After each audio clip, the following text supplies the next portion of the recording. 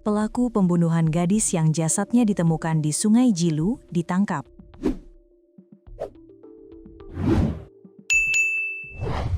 Terduga pelaku pembunuhan terhadap HMZ 17 yang jasadnya ditemukan di aliran Sungai Jilu, Desa Sukopuro, Kecamatan Jabung, Kabupaten Malang, akhirnya terungkap.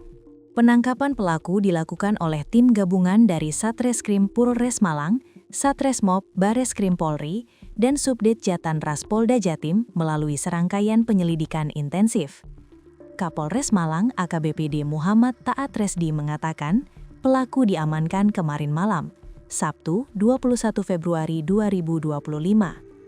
Diketahui pelaku yang berinisial YD itu sedang bersembunyi di rumah kosnya yang ada di wilayah Kota Malang.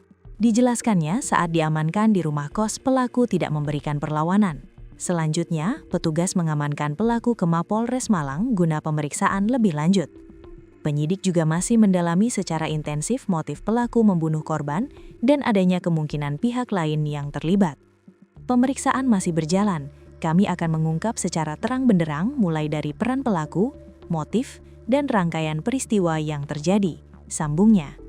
Diberitakan sebelumnya, seorang pencari kayu bernama Sukari menemukan jasad perempuan di aliran Sungai Jilu, Desa Sukopuro, Kecamatan Jabung, Kabupaten Malang, Selasa 17 Februari 2026 silam. Jasad korban dalam kondisi mengenaskan, yaitu korban ditemukan tanpa busana, kemudian tangan dalam kondisi terikat dan mulut tersumpal kain. Kemudian tubuh sudah membengkak. Kondisi ini mempersulit petugas kepolisian untuk mengidentifikasi korban, sehingga jasad korban dibawa ke Rumah Sakit Saiful Anwar untuk dilakukan autopsi. Berdasarkan pemeriksaan luar, belum ditemukan adanya tanda-tanda luka pada tubuh korban. Diperkirakan korban sudah meninggal 3 hingga 5 hari sebelum ditemukan.